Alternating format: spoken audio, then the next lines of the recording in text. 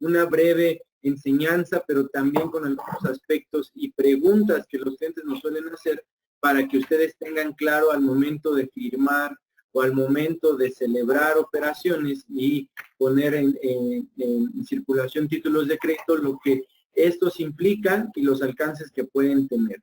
Ahora bien, quisiera compartirles un poquito del temario que vamos a estar tocando el día de hoy y que va a ser pues muy sencillo, muy práctico. Al final me gustaría que compartieran las dudas que tienen relativas al tema y pues con gusto las aclaramos. Vamos a hablar de la importancia de los títulos de crédito y una breve reflexión de estos. Lógicamente vamos a saber qué es un título de crédito, por qué se utilizan como herramienta de cobro, títulos y en su caso cómo evitar la circulación o cómo es la circulación de los títulos de crédito, qué implica, y vamos a también saber cómo cobrar un título de crédito. Y expondremos al final unas preguntas frecuentes sobre los títulos de crédito que nos hacen los clientes.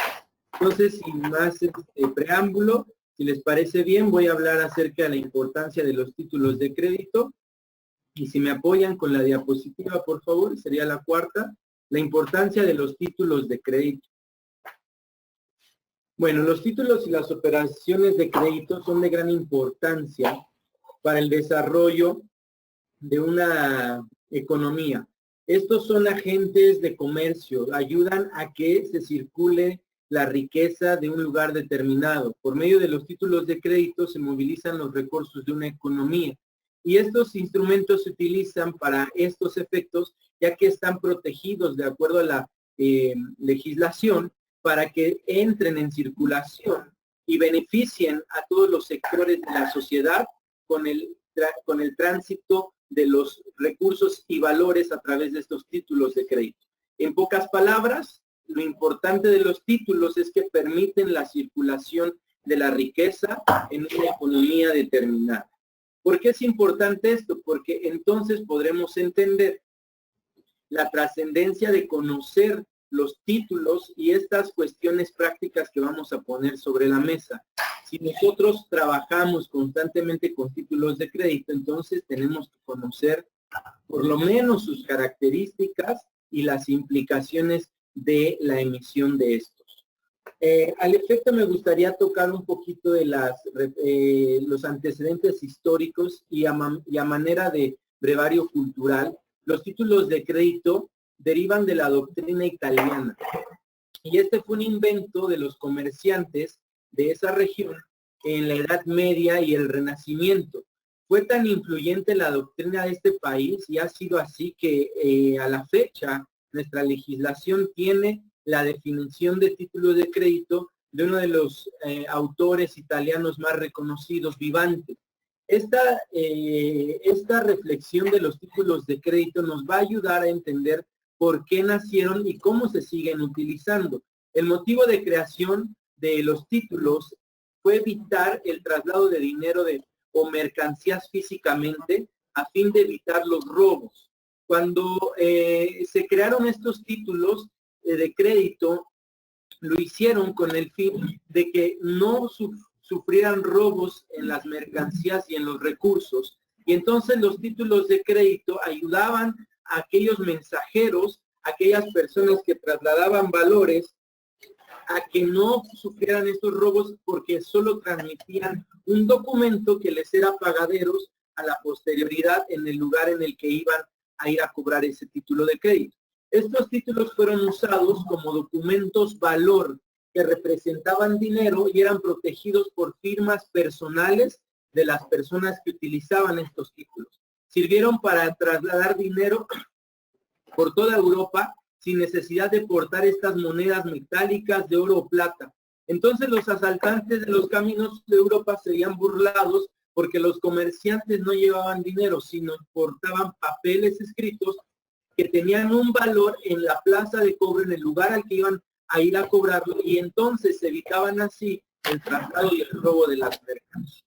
El primer título que se conoce en esta época donde surgieron fue la letra de cambio. Y podríamos decir que este es el antecedente prístino de los títulos de crédito. Como veremos más adelante, esta letra de cambio funcionaba de una manera muy sencilla. Servía para que el obligado a pagar, el que tenía que dar un dinero, le ordenara a otra persona, llamado girado, para que éste pagara a su cuenta el dinero que había prometido al beneficiario. Es una especie de triángulo en el cual uno que debe le pide a otro que pague y este le paga al beneficiario. Y lo que hacía esto era evitar, como ya lo hemos señalado, pues que hubiera robos durante el traslado de mercancías o valores. Nuestro derecho cambiario se regula por la Ley General de Títulos y Operaciones de Crédito, la cual fue hecha desde 1932 y entró en vigor el 15 de septiembre de ese año. En ella se establecen los requisitos, mecanismos de cobro y efectos de los títulos de crédito. Esto es importante porque nos ha llegado varias consultas a lo largo de nuestro desempeño profesional, en el que la gente no tiene ni siquiera la idea de lo que implica un título de crédito. Y hay muchas teorías y muchos supuestos de lo que de estos títulos, y ni siquiera saben la ley que los regula. Pues bueno, quiero dejar claro que la ley que establece todos estos mecanismos y los efectos de estos títulos de crédito es la Ley General de Títulos y Operaciones de Crédito. Bueno, con esto en mente, me gustaría, si me ayudan, por favor, a pasar a la diapositiva de definición, que es la 6. Diapositiva 6, por favor. Bueno, Iván, entonces, ¿qué son los títulos de crédito? ¿Qué me puedes decir que son los títulos de crédito? Pues la definición jurídica o legales son títulos de crédito los documentos necesarios para ejercitar el derecho literal que en ellos se consigna. El artículo 5 establece de la Ley General de Títulos y Operaciones de Crédito, así lo establece. Ahora, yo le agregaría que los títulos de crédito son los documentos necesarios para ejercitar el derecho literal que en ellos se consigna, pero que cumplen con los requisitos de ley, porque hay otro tipo de documentos que no voy a tocar, pero que también contienen un derecho. Sin embargo, como no prevén los requisitos que la ley establece, no se les considera títulos de crédito y no son cambiarios. Entonces yo agregaría solamente esto, que si bien los títulos de crédito son esos documentos que poseen un derecho en ellos consignado y que ese derecho faculta al tenedor de ese título para cobrarlo, también deben de reunir los requisitos de ley. Ahora, quisiera que pasáramos a la siguiente diapositiva, por favor. Iván, entonces, ¿por qué los títulos de crédito sirven como herramienta de cobro? ¿Por qué este tema de conocer los títulos de crédito? Bueno, primero quiero decirles que sirven de cobro, como herramienta de cobro, porque son documentos cambiarios. Es decir, que entran en circulación y se puede pagar el importe de ese título a quien detente el propio documento. Entonces, estos documentos, debido a sus características, permiten al poseedor exigir el pago de esa cantidad que se consigna en ellos sin ningún otro requisito. Además, por virtud de estas características de los títulos de crédito, el poseedor es inmune a ciertas excepciones que pudiera tener el deudor contra él. Es decir, que este título de crédito permite al que lo tiene asegurarle que él tiene un derecho de cobro a favor de otros sin ninguna otra circunstancia o característica. Es decir, que hace prueba plena de la deuda y no necesita ser robustecido ni enriquecido con otra prueba ni con otro elemento. Y además de esto, estos documentos privilegian una vía de tramitación judicial preferente, es decir, una vía especial que en las características propias de esta vía va a permitir siempre al acreedor un beneficio mayor que al deudor. Ahora, antes de entrar a un tema más que es la vía, quisiera tocar lo importante de esta charla, que son las características de los títulos de crédito. Y tal vez tú te preguntas, bueno, Iván, ¿y eso a mí para qué me sirve? Primero te va a servir para que conozcas las implicaciones de firmar o de recibir un título, las consecuencias que pueden tener para tu empresa o negocio o tú como persona física, o bien si eres un aval de ese título de crédito, un responsable solidario cambiario. Si tú firmas, ¿qué pasa? Pues bueno, hay que atender a estas características. Y estas características las ha definido tanto la doctrina como la jurisprudencia. Y todos deberíamos conocerla. La primera característica, y les voy a pedir por favor si me ayudan a pasar a la siguiente diapositiva, que es las características de los títulos de crédito. Bueno, estas características las voy a ir enunciando brevemente y te voy a ir poniendo ejemplos prácticos. Primera característica de un título de crédito es la incorporación. Consiste en que el derecho de toda persona que posee el título está inscrito en ese mismo documento. Es decir, está insertado o constituido en él. Y el documento en sí representa el mismo derecho de esa persona. No se pueden desvincular y esto permite que cualquier poseedor del documento se pueda ostentar como el legítimo propietario del derecho de cobro. ¿Ok? Les voy a pedir un favor antes de continuar. Hay algunos micrófonos activados. Si me ayudan para que todos podamos prestar la mejor atención y no ir interrumpiendo la sesión. Muchas gracias. Pues me reincorporo a la plática. El derecho, la característica de incorporación, ¿cómo me sirve a mí en lo práctico? Muy sencillo. Si tú en el documento estableces que debes 10 pesos, esos 10 pesos se van a tener por reconocidos ante cualquier autoridad judicial o ante cualquier persona que se presente el título, y no puedes decir que debes menos, porque por virtud de esta característica, lo que tú escribas en el documento es lo que va a valer. Y esto es muy delicado cuando las personas emiten títulos de crédito para garantizar obligaciones y suelen poner el valor total de la operación de la cual derivaron. Y esta operación tal vez ya ha recibido pagos parciales. Pues si tú no lo haces valer en el propio título de crédito, esos pagos no se van a reconocer. He ahí la importancia de la característica de la incorporación, porque todo lo que se ponga en el documento va a implicar que se debe. Entonces, por virtud de esta característica, es muy importante que nosotros como comerciantes, como empresarios, veamos bien lo que se establece en los títulos de crédito y no pongamos cantidades que no debemos. O bien, si hemos hecho pagos parciales, hagamos a nuestro acreedor que las anote en el propio título de crédito. Ahora, siguiente diapositiva, por favor. Voy a hablar de la legitimación. Y en pocas palabras, la legitimación es la propiedad que tiene el título de crédito para facultar a quien lo detenta el exigir el pago de la obligación.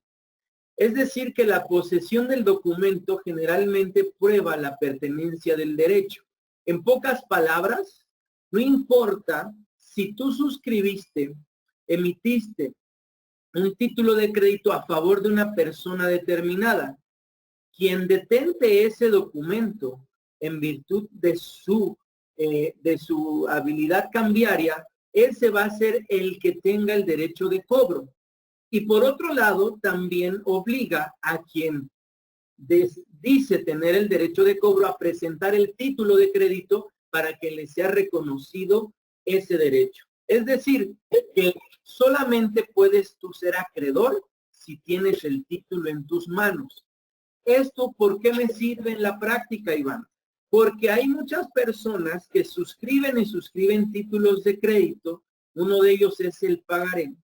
Y aunque han hecho pagos derivados de esa relación comercial, nunca piden que les regresen sus títulos de crédito, sus pagarés. Y entonces cualquiera que tenga ese pagaré le puede venir a cobrar, aunque usted que ha firmado ese documento diga que ya lo hizo. Si ese documento no le ha sido entregado, entonces presupone un derecho a favor del que lo tiene, aunque usted haya hecho pagos parciales. Máxime si no ha hecho las anotaciones correspondientes en el título. Entonces, esta característica nos sirve a nosotros como agentes comerciales de lo siguiente, para lo siguiente. Cada que yo hago pagos y estoy garantizando mis obligaciones con títulos de crédito, debo de exigir se me devuelvan o se hagan las anotaciones correspondientes a favor de esos pagos parciales para que no me puedan cobrar el título de crédito.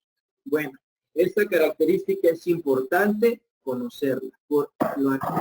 Tercer característica, y les voy a pedir por favor que no me cambien todavía la diapositiva porque ahí está.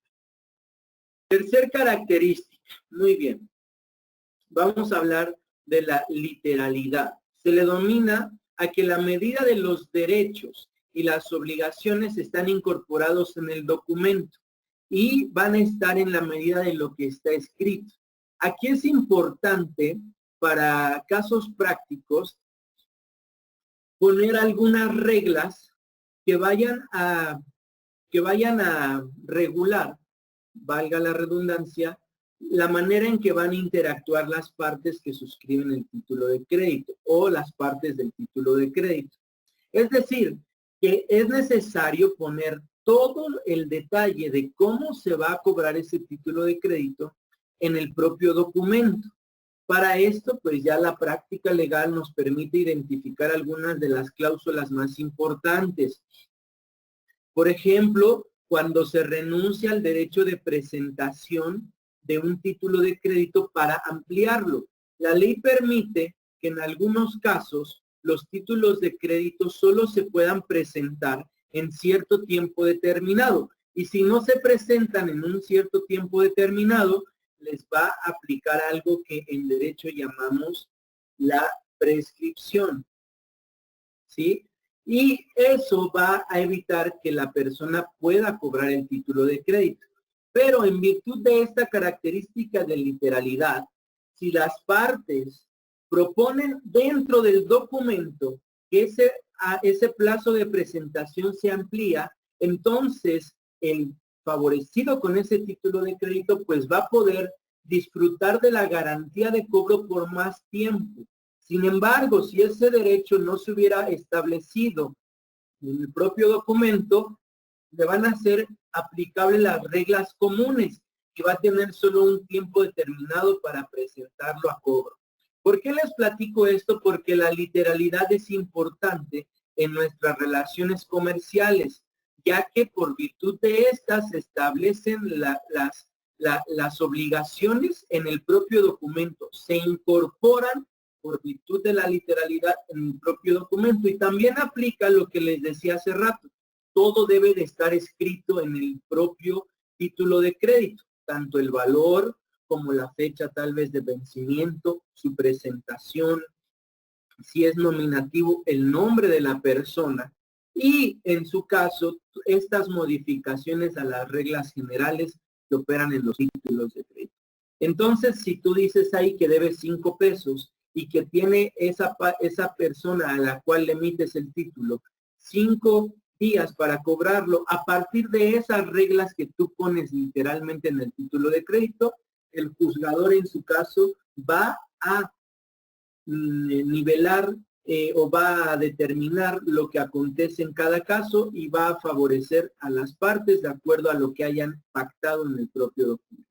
Esto es importante, como te repito, para que sepas qué escribes en el documento, si es que lo emites o si es que tú te animas a hacerlo sin consultar a otra persona, que no recomiendo eso, no recomiendo emitir títulos de crédito sin consultar a un especialista porque eso tiene consecuencias graves. Ahora, otra característica es la autonomía. Esta característica es muy importante porque es muy confusa en el derecho y aún entre propios abogados. Y si hay algunos abogados en el panel de charlas, es importante aquí distinguir algunas cuestiones respecto a la autonomía. La autonomía es un principio que debe entenderse que todo título de crédito, cuando circula, es independiente de cada uno de los titulares anteriores, ¿sí? Este principio hace lo siguiente, que cada nuevo adquiriente o cada persona que va teniendo el título en sus manos, en virtud de esta circulación, no puede ser sujeto a excepciones personales que pudiera el deudor tener en su contra. Y les voy a poner un ejemplo práctico. En virtud de la autonomía, si yo, Iván Pita, hago el endoso de un título de crédito en favor de Juan Pérez, el deudor de ese título no puede decirle a Juan Pérez, cuando éste se lo presente para su pago, que a mí ya me hizo depósitos, porque Juan Pérez hoy tiene un derecho autónomo del que yo tenía. Y por tanto, el deudor no puede venir ahora a decir que ya hizo pagos parciales. Por virtud de la autonomía, cuando un título de crédito circula, no le pueden ser opuestas excepciones personales. Y por tanto, lo que el título de crédito consigna, aquella otra persona que ahora lo tiene, va a ser plenamente a su favor. Esto es importante porque muchos entran en confusión y piensan que el ser autónomo implica que a este título no le puedas oponer excepciones personales. Sin entrar más a detalles, voy a decir que no es así. Esta característica solo se echa a andar, vaya, solo y entonces cada uno de los propietarios de ese título va a ser libre de cualquier excepción que se le haga. Eso es importante porque nos va a ayudar a entender que si yo no recupero un título de crédito, o bien si yo soy acreedor y lo tengo en garantía, puedo meterlo en circulación y aquella persona que lo suscribió no va a poder hacer nada en contra de las acciones legales, porque va a tener, por virtud de esta característica, un derecho nuevo a su favor. ¿De acuerdo? Espero que haya sido claro este ejemplo y a ti te va a servir para que si has emitido títulos que garanticen pagos, pues los trates de recuperar, porque si circulan y se transmiten a otros, vas a tener que volver a pagar ese título de crédito. Ahora bien, si tú lo posees y lo quieres cobrar, mi recomendación es que si derivan de una relación comercial que se puede acreditar y te pueden hacer valer pagos parciales, entonces lo endoses en propiedad en favor de otro y así aquella otra persona no va a poder recibir en su contra ninguna excepción derivada de esa relación comercial. No van a poder decirle que ya le pagaron a Juanito Pérez cierta cantidad porque ya entró en circulación. Espero que estos consejos te hayan sido de utilidad. Ahora bien, por último, la característica de abstracción. En la misma diapositiva, por favor. Se le define como la desvinculación del título de crédito con la relación fundamental que le dio origen. Esto para mí es lo más importante de las características. Por virtud de esta característica, ningún título de crédito que haya sido emitido comúnmente puede ser vinculado a un negocio. Ejemplo, si tú celebras un contrato de arrendamiento y emites un pagaré y te atreves a ir y comprar esos pagarés de papelería para acreditar el pago, para poder cobrar en su momento las rentas atrasadas. Pues bueno, aquel pagaré, aunque haya sido emitido en virtud de un contrato, no va a poder ser oponible ante él ese contrato. Y tú no puedes decir que ya pagaste todas las rentas, porque el pagaré por sí solito implica ya una deuda en tu contra. Esto es importantísimo porque en derecho y en los abogados y en el foro legal, en los tribunales, esta característica no todos la hacen valer, pero es de suma importancia. El ejemplo práctico es el siguiente. Voy a poner el ejemplo de dos empresas. Patito SADCB le compra equipo a Perrito SADCB. Patito le firma un pagaré por 10 pesos. Pero para esto, Patito empieza a hacer pagos por el equipo comprado y Perrito SADCB nunca le hace valer esos pagos. En su momento, Perrito, abusando de la buena fe, viene y cobra ese pagaré y le exige a Patito SADCB el pago de 10 pesos que firmó en el título de crédito. Entonces viene Patito SADCB muy seguro y sus abogados le dicen, no te preocupes, yo te voy a salvar de esta. Ese pagaré le voy a decir al juez que tú ya lo pagaste con todos estos depósitos que aparecen en tus estados de cuenta. Y entonces así lo hace.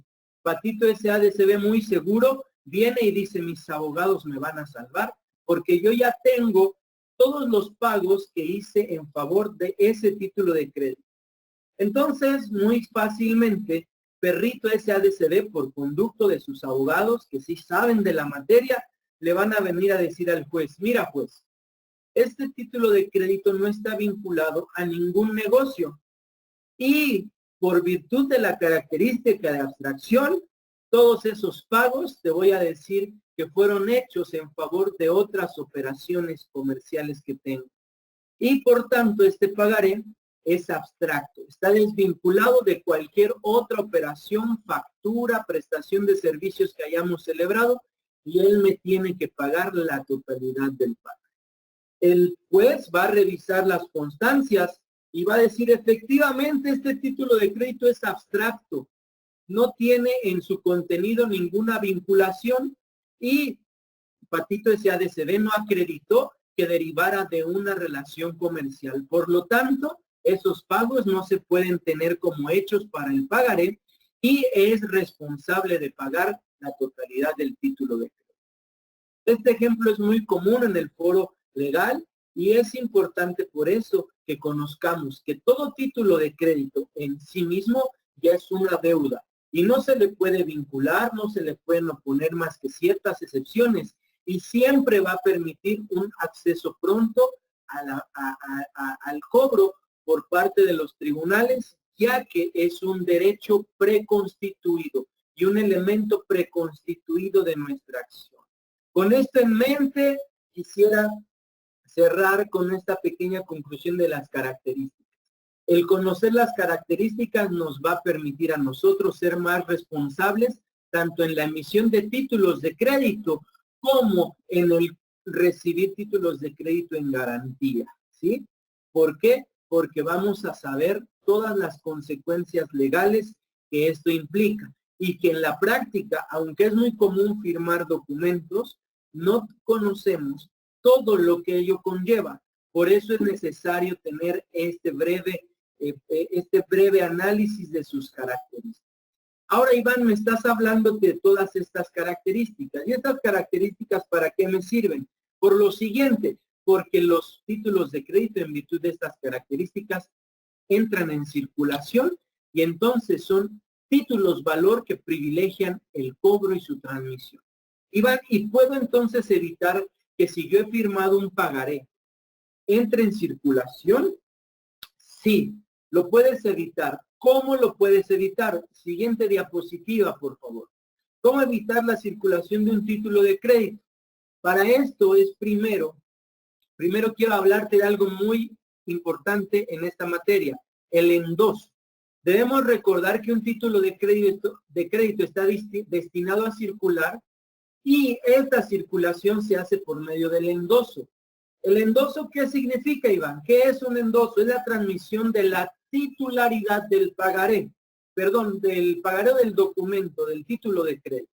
Y los artículos 29 y 30 de la Ley General de Títulos y Operaciones de Crédito establecen los requisitos que debe de tener un endoso. Anótalos, esos te pueden servir cuando tú quieras transmitir un título de crédito.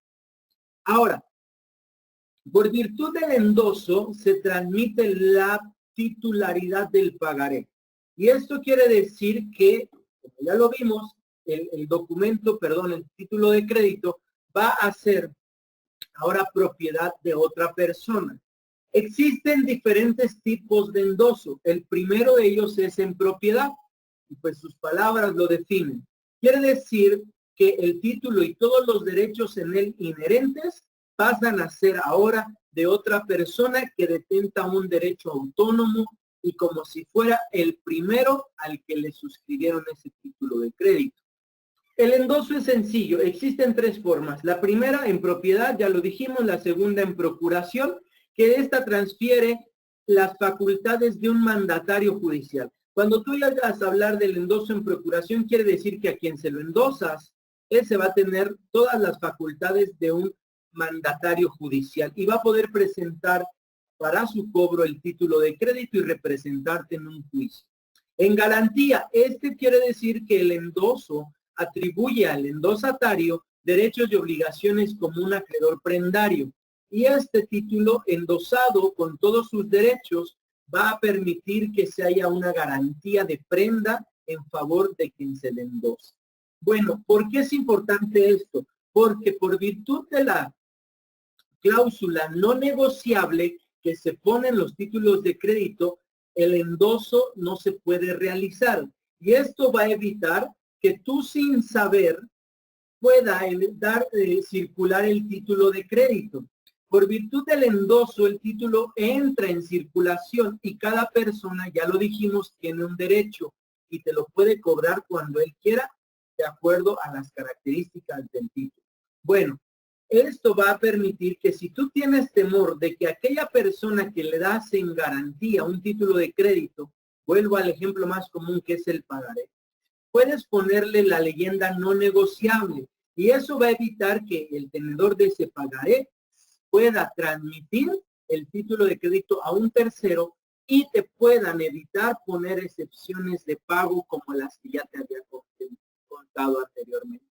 Ahora, esto no quiere decir que si se pone la cláusula no negociable, tú no puedas ceder los derechos de un pagaré o de un título de crédito. Sin embargo, si se llegara a tener un título de crédito con la palabra no negociable y se quisiera transmitir, se tendría que hacer mediante una cesión de derechos ordinaria. Esto quiere decir que los derechos personales de cobro se van a transmitir en favor de otra persona que se va a sustituir en el acreedor original.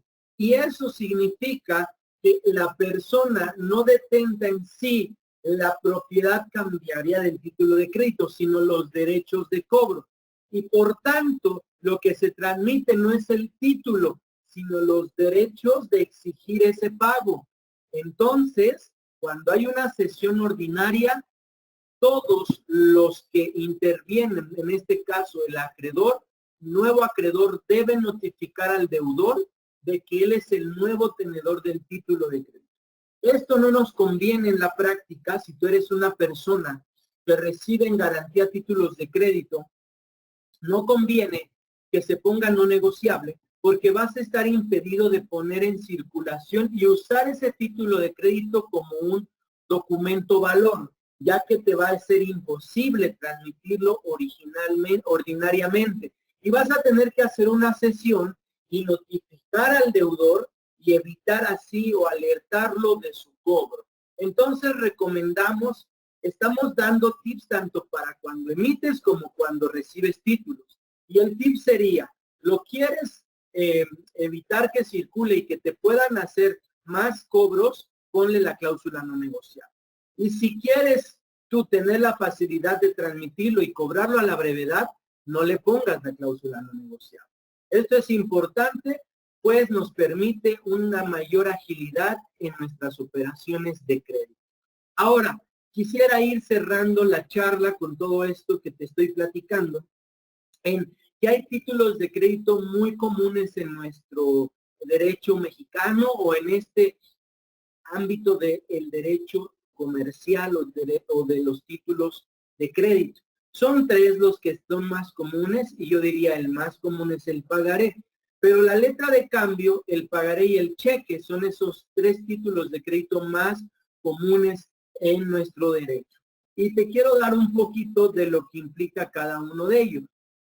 Voy a pedir, por favor, que le cambien a la siguiente diapositiva. De manera muy concreta y sin el afán de aburrirte, te quiero decir que la letra de cambio es un título de crédito de los llamados triangulares, porque para su funcionamiento perfecto es indispensable que participen el que va a crear el título o el deudor, el principal, que es el girador, el que le dice a alguien, oye, págale a este beneficiario cierta cantidad. El segundo de los elementos, de los sujetos que debe de participar es el que va a pagarlo, el girado. Y si así lo dice, si así lo acepta o si así lo decide, se convertirá en el aceptante. Después de que se ha configurado esta orden de pago, esta aceptación de pago, entonces entra el beneficiario que es quien va a cobrarlo. La regulación de este título de crédito está en el artículo 76 de la Ley General de Títulos y Operaciones de Crédito. Y está en desuso porque implicaba la intervención de más factores para su perfección. Ahora se usa más el pagaré porque en él, al ser un título nominativo, se pueden establecer más fácil los elementos de cobro. Ahora bien, quiero hablarte de este pagaré solo de manera breve porque el día de mañana te hablaremos detalladamente de él. Siguiente diapositiva. Muy bien, a ver Iván, ¿qué es el pagaré? Y aquí yo creo que va a ser interesante para todos. El pagaré es muy sencillo. Es un título de crédito que supone la promesa de pago a alguien. En este documento se incluye la promesa incondicional de pagar a alguien cierta cantidad de dinero. Y esto implica que se debe de fijar en ese documento ciertos elementos para que sea perfecto. De ahí la importancia de conocerlos, porque no todo lo que se dice ser pagaré es un pagaré. El ejemplo muy común es el que se pone en las facturas. Nos ha tocado ciertos casos donde los comerciantes ponen en su formato de facturas hasta abajo una leyenda. Pero esas leyendas no contienen los requisitos del pagaré y muchos vienen solo con la factura a querer intentar el cobro y nosotros le decimos que no va a ser posible porque esa leyenda, aunque se parece a la de un pagaré, no es un pagaré. Entonces, con esto en mente, quiero decirte que el pagaré es sumamente oportuno cuando cumple los elementos necesarios para el cobro, porque en él se pone tanto la promesa de pago, la cantidad que se va a pagar, a favor de quién, la fecha de vencimiento o si es a la vista en su caso, y todo esto permite una mayor identificación del acreedor y del adeudo que va en su momento a facilitar el cobro vía judicial. Entonces, para las operaciones mercantiles, nosotros sugerimos firmar un pagaré.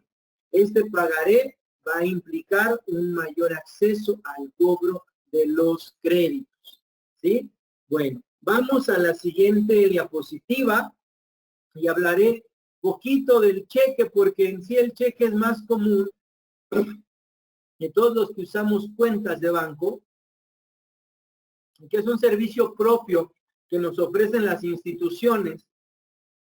Y este título de crédito, pues va ligado muchas veces a este uso exclusivo de cuentas bancarias. Entonces, sí es común, sí sirve, pero va más enfocado a ese sector financiero. Y a veces los comerciantes no se sujetan a eso, se pretenden sujetar al pagar. Ahora, el cheque es un título un título mediante el cual el titular de una cuenta bancaria le ordena a su banco que de esos recursos de su cuenta le pague a otro cierta cantidad de dinero. Y su regulación está en el artículo 175 y 176 de la Ley General de Títulos y Operaciones de Crédito. Mi misión hoy no es entrar a detalle de cada uno de estos documentos, sino darte un esbozo general de cómo funcionan y por qué se usan como herramienta de cobro. Voy a pasar a la siguiente diapositiva para ir concluyendo esta presentación y esta charla que va a permitir un mayor entendimiento de estas operaciones. ¿Cómo cobrar un título de crédito, Iván? Iván, ¿qué me recomiendas? ¿Cómo lo cobro? ¿Por qué me es más fácil, me es más funcional firmar un título de crédito que otra cosa? Pues bueno, vamos a la siguiente diapositiva. Y te va a servir para que también tú conozcas ciertas implicaciones de proceso legal y tus abogados te sean claros, o bien sepas cuando se hable de títulos y de juicios que derivan de títulos, ciertas implicaciones que te van a permitir conocer la tramitación del asunto. A ver, esta pregunta, ¿cómo cobrar un título de crédito?, nos lleva a tocar dos elementos claves de todo proceso judicial: la acción y la vía. La acción, en términos sencillos, es la facultad de toda persona para exigir ante un órgano judicial el cumplimiento de un derecho que cree tener a su favor. Y él ya venir a exponer su pretensión, lo que quiere, sus pretensiones o sus peticiones, y va a exponer el por qué le asienta la razón. Esa es la acción. Y la vía, que consiste en la indicación de la clase de juicio que se seguirá, y el cual se rige por ciertas reglas procedimentales. En pocas palabras, la vía es el camino a seguir. ¿Por qué entonces esto es importante para mí como empresario, como negociante, como un emprendedor? ¿Por qué? Porque debes de saber las implicaciones ya jurídicas, ya en un proceso judicial, de la acción y la vía que derivan de un título de crédito. Siguiente diapositiva, por favor. Vía ejecutiva. ¿Cómo cobrar un título de crédito? Estamos viendo cómo cobrar un título de crédito. Pues bueno, te hablaba de la acción. La acción que se intenta derivada de un título de crédito puede ser la acción cambiaria, directa o en vía de regreso. Bueno, la acción cambiaria implica esto, que deriva de un título de crédito cambiario. Y es directa porque se intenta del acreedor contra el deudor principal, o bien del acreedor que ha tenido ese derecho a su favor en virtud de los endosos. ¿Y por qué es importante esta acción? Porque cuando tú intentas el cobro de un título de crédito, va a darte una llave de acceso a la vía, al camino ejecutivo. Y esto es una vía, una tramitación más expedita y que te va a permitir, entre otras cosas, asegurar el resultado del juicio. Cuando iniciamos la vía ejecutiva, de un primer momento pasan tres cosas. Se requiere el cobro, el pago del título. Si no se paga en el momento del requerimiento, implica el embargo de bienes, y si no se paga durante la secuela procedimental, entonces al final de ese proceso y de obtener una sentencia favorable y de haber bienes, vamos a poder acceder rápido a ese pago. ¿Por qué es importante esto para mí? Porque cuando tú estás en una vía ejecutiva mercantil, lo primero que sucede son dos cosas. Primero, tienes ya un derecho a tu favor. Tú vas delante, tú vas 1-0 en el marcador. En pocas palabras, quien intenta una vía ejecutiva mercantil va ganando desde el inicio. Y segundo, va a litigar con la bota en el cuello de su contrincante. ¿Por qué? Porque le puede asegurar cuentas, porque le puede embargar bienes, y aquel va a sentir la presión de no poder disponer de esos recursos y que en su momento le van a ser entregados al acreedor. Por eso es importante que conociéramos todo lo anterior, porque en la vía judicial es privilegiado el ejercitar un título de crédito. Siguiente diapositiva, por favor. Muy bien, el juicio ejecutivo mercantil, según la legislación, tiene lugar cuando se demanda o se funda la demanda en un documento que trae aparejada ejecución.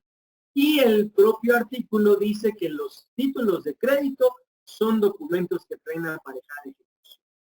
Ahora, ¿esto para qué me sirve a mí? Porque muchos no saben que desde un principio, el embargo de bienes va a ayudar a cobrar a las personas. Esto es importante porque si tú eres un empresario que ha firmado muchos títulos de crédito, no los ha recuperado y no has puesto en el título de crédito los pagos parciales, cuando te los ejerciten y cuando llegue la demanda, te van a poder embargar cuentas y van a impedir que uses esos recursos que se encuentran en tus cuentas, o bien en su defecto, te van a embargar bienes y su posterior remate. Por eso es importante conocer esta vía ejecutiva mercantil y por ello se usan como una herramienta de cobro. Siguiente diapositiva. Esto ha sido como lo más relevante o más trascendente en cuanto al fondo de los títulos de crédito. Y yo voy a dar aquí lugar a unas preguntas que han sido comunes en los clientes y que tal vez te puedan servir.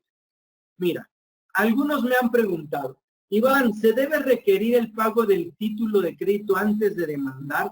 ¿Tengo que llegar primero con un corredor para que después ya pueda iniciar una demanda? La respuesta es no, ya que el propio procedimiento ejecutivo mercantil establece el requerimiento de pago como parte de la diligencia inicial. Y en esa se le hace saber al deudor que tiene que pagar en ese momento el título de crédito. Entonces, la respuesta es no necesitas presentarlo antes, requerir el pago antes. Lo que sí debes cuidar es el término para que no te prescriba la acción cambiaria directa. ¿Y qué ese será tema de la sesión de mañana? Bueno, si el pagaré, otra pregunta es, si el pagaré no viene en papel seguridad, ¿lo puedo cobrar? Claro que sí, el papel no es un requisito de validez de los títulos de crédito.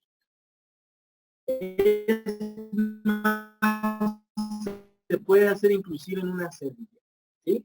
Otra pregunta es si endoso en procuración el título de crédito en favor de un abogado, ¿le estoy transmitiendo mis derechos? No. Simplemente se le faculta para actuar como un mandatario judicial, es decir, representarte en un proceso legal, y él va a ser solamente un mediador entre tú y el deudor, ¿de acuerdo? Entonces, no transmites si puedes cederlo en procuración a tus abogados y no tengas miedo. Mejor asegúrate del tipo de abogados que tienes.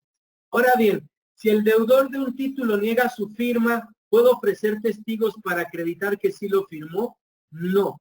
Solo se puede comprobar mediante la prueba pericial correspondiente. Por eso se recomienda que el deudor siempre firme en presencia del acreedor. Si tú eres empresario y tus comerciantes, tus agentes de venta, tu gente que está comúnmente en la operación, tú eres empresario, asegúrate que se firmen los pagarés en la presencia de aquellos que están haciendo la operación, porque nos ha tocado muchos casos desafortunados donde los documentos no traen la firma del que se supone que debe. Y han tirado abajo el juicio y han obligado al que iba a cobrar, pagar además gastos y costas. Entonces, te recomienda que te asegures de que se firmen en presencia de quien de fe de que lo están haciendo y que es su firma. Bueno, por último, si el pagaré tiene un valor mayor al que realmente debo, ¿me pueden cobrar la totalidad del título? La respuesta es sí. Si tú no pones en el pagaré pagos parciales, si tú no acreditas el origen de un contrato como fuente de la emisión de ese título, te van a cobrar todo. Y si tú solo debes $1 y el pagaré dice que debes 10, te lo pueden cobrar todo. Igual tú puedes ir y cobrar todo el pagaré, aunque tu deudor deba menos de lo que dice el documento. Estas preguntas se me hicieron interesantes y que te pudieran ayudar para el conocimiento en tus operaciones de los títulos de crédito y por qué se usan como herramientas de cobro. Ahora bien, quiero concluir y cerrar esta presentación. Los títulos de crédito permiten justificar el adeudo de una cierta cantidad de dinero de manera total y ante estos es difícil eludir la responsabilidad. Por ello se utilizan como herramientas de cobro. ¿Sí? Ahora bien, su ejercicio judicial permite el principio del juicio o bien el asegurar bienes y una resolución más rápida que un juicio ordinario. Eso no genera por sí que garantice el pago de la deuda. ¿Por qué? No obstante todo lo que te he contado, el pago, como en todo, está sujeto a que el deudor tenga bienes suficientes a su nombre para garantizar ese valor del título de crédito. Mi recomendación es, utiliza los títulos de crédito para garantizar operaciones, pero antes asegúrate de que el deudor tenga solvencia y de que tenga bienes que permitan, de acuerdo a la operación que vas a realizar, el posterior cobro de esas garantías. También quiero concluir diciéndote que no basta con que te exhiba documentos de propiedad de otras personas si esas personas no firman el título, o si bien los bienes no aparecen a nombre del acreedor, porque entonces no podrás hacer valer ese derecho y ejecutar esos bienes, ya que se requiere por sí mismo que los bienes estén a nombre de quien firmó el pagar. Mi conclusión es, busca asesoría cuando lleves a cabo operaciones y firmes documentos o aceptes documentos sin garantía para que tengan los requisitos legales. Asegúrate de la solvencia de los deudores y también asegúrate de que firmen en tu presencia esos documentos para que tengan un mayor impacto de cobro. Nos reiteramos a sus órdenes para asesorarlos en toda esta materia de títulos de crédito y todo lo que ustedes necesiten saber, por favor, háganoslo llegar y con gusto los atenderemos. Daremos un breve tiempo para preguntas y respuestas y pues me reitero a sus órdenes. Muchas gracias por haber permitido que estableciera con ustedes esta charla. Muchas gracias. Muchas gracias, Iván. Tenemos algunas preguntas en el chat. Nos preguntan, ¿se puede mencionar en el título de crédito que se pagará la totalidad en parcialidades que recaerán en depósitos? Sí se puede, como lo señalé, por virtud de la literalidad, se pueden establecer todas las condiciones. Mi recomendación solo es que sean claras y que se pueda demostrar su exigibilidad. Es decir, que se ponga bien claro la fecha de cada pago parcial, el lugar en el que se debe de hacer y la consecuencia de no pagar. Ok, muchas gracias. Parece que solo teníamos esa pregunta, salvo que alguien tuviera alguna y quisiera abrir su micrófono y hacerla, con ello pues podríamos dar por concluido. No sé si alguien tiene alguna otra pregunta, podrán activar su micrófono y hacerla directamente al expositor. Me parece que hay una pregunta en el chat. ¿Cuáles son las fechas o tiempos en que fenece el derecho y la obligación de exigir el pago de los títulos de crédito? Y fecha de caducidad de un cheque. Muy bien, vamos a remitirnos brevemente a la figura de la prescripción. Hay algo que en derecho se llama la pérdida de un derecho por el transcurso del tiempo. Los títulos de crédito, en cuanto a la vía ejecutiva mercantil, la acción cambiaria directa prescriben 3 años, ¿sí? Contados a partir de que es exigible el pago del título. Entonces, podríamos decir que si es un documento que tiene fecha de vencimiento, comenzará a correr a partir de esa fecha. Si es un documento que no tiene fecha de vencimiento, es a la vista, de acuerdo a las reglas de cada título de crédito, se debe de presentar en un tiempo determinado. Por regla general son 6 meses. Y a partir de esos 6 meses, tratándose de documento a la vista, comenzarán a correr los 3 años para que prescriba esta acción cambiaria directa. Ahora bien, hay una pregunta también de fecha de caducidad de un cheque. Vuelvo al tema. Los cheques se deben de presentar, según la legislación, 15 días posteriores a su emisión en una cierta plaza, si es aquí en la misma Ciudad de México. Pero eso es para que se pueda hacer diversas acciones distintas.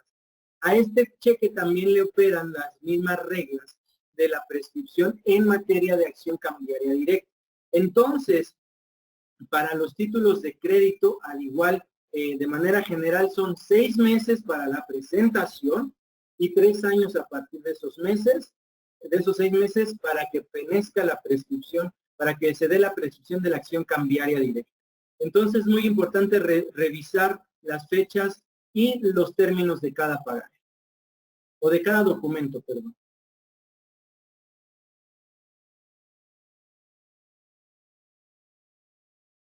No sé si hay otra pregunta. En el chat serían todas las que tenemos. A ver, tenemos, me parece que otra. ¿Qué tal? Buena tarde. Excelente exposición. Una pregunta. ¿Podría demandarse al mismo tiempo en las vías ejecutiva mercantil y en la ordinaria si se incumplió un contrato de cesión de derechos litigiosos que estuvo respaldado en un pagaré? ¿Qué ventajas habría al respecto y si la contraparte puede excepcionarse antes de dicho evento? Gracias. Muy bien. Debemos de entender algo antes de contestar esto, la vía. Muy bien, la vía nos da, a la vía se accede por ciertos presupuestos procesales. La vía es parte de estos presupuestos procesales. Es decir, que tú puedes ejercitar en la vía lo que la ley te permite. La vía ejecutiva mercantil te da, a la vía ejecutiva mercantil se accede por virtud de un documento que trae aparejada ejecución. Y en este caso, tú podrías ejecutar o hacer valer el título de crédito en esa vía.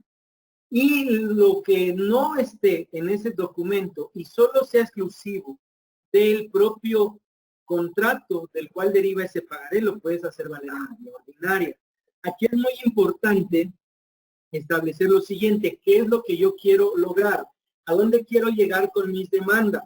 Si solo quiero cobrar el dinero que consigna el pagaré o el título de crédito, lo recomendable es la vía ejecutiva mercantil. Ahora, no está obligado la persona que tiene un título de crédito a ejercitar a fuerza la vía ejecutiva mercantil. No suena lógico, pero si ella quisiera ejercitar una vía ordinaria, lo puede hacer. Y hay criterios al respecto, criterios jurisprudenciales. Sin embargo, si tú vienes a una vía ejecutiva mercantil solo para hacer valer los derechos del contrato, no vas a poder acceder a ella, porque ese documento llamado contrato, aunque sea de cesión de derechos, no contiene los requisitos de un documento que trae aparejada de ejecución, y por lo tanto no puedes entablar la vía. Entonces, en pocas palabras, se puede ejercitar mancomunadamente o al mismo tiempo. Yo te diría que no el pago, pero sí diversas obligaciones. Por un lado, lo ejecutivo en cuanto a la cantidad de dinero, y por otro lado, diversas obligaciones que existen derivadas del contrato.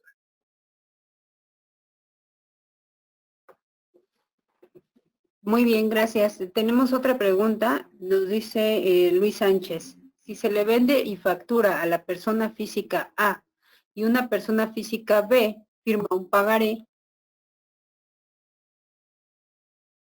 por el monto de la venta, si es posible cobrar el monto de la venta. Su pregunta ¿es posible cobrar el monto de la venta? ¿Es posible cobrarlo? Sí, pero se lo cobrarías a quien firma el pagaré. Y ahí es donde entra todo esto que te expliqué, que debemos de ser cuidadosos quién firma, qué firma y si tiene bienes. Entonces, no importa, más bien, lo que está aquí en duda es si se puede cobrar, sí se puede cobrar. Y se va a cobrar a la persona que firme, ¿sí? Entonces, yo te recomendaría que en su caso firmaran ambas partes, ambas personas, tanto el tercero como tu deudor original.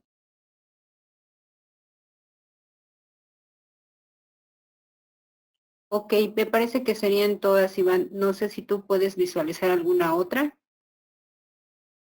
Creo que no. A ver, déjame ver.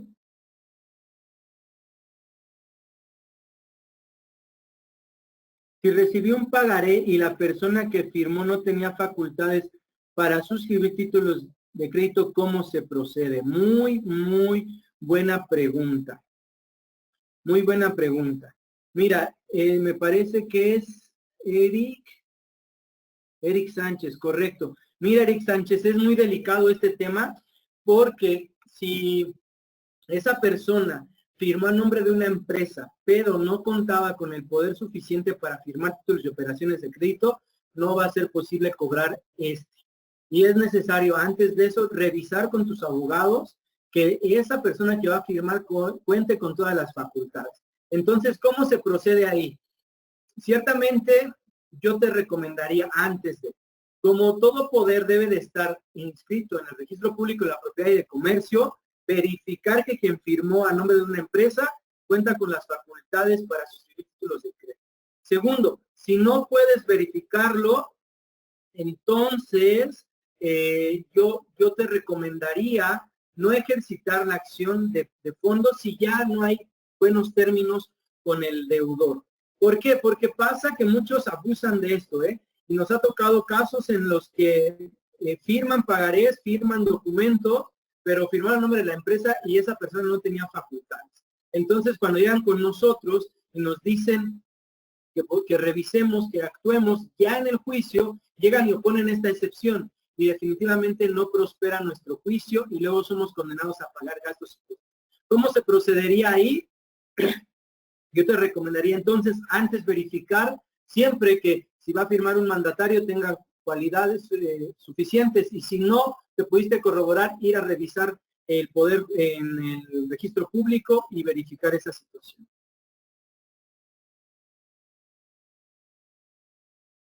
Tenemos otra pregunta. ¿Qué pasaría si el contrato al que se vinculó el título de crédito es nulo? Pues bueno, recordemos todo lo que hemos hablado.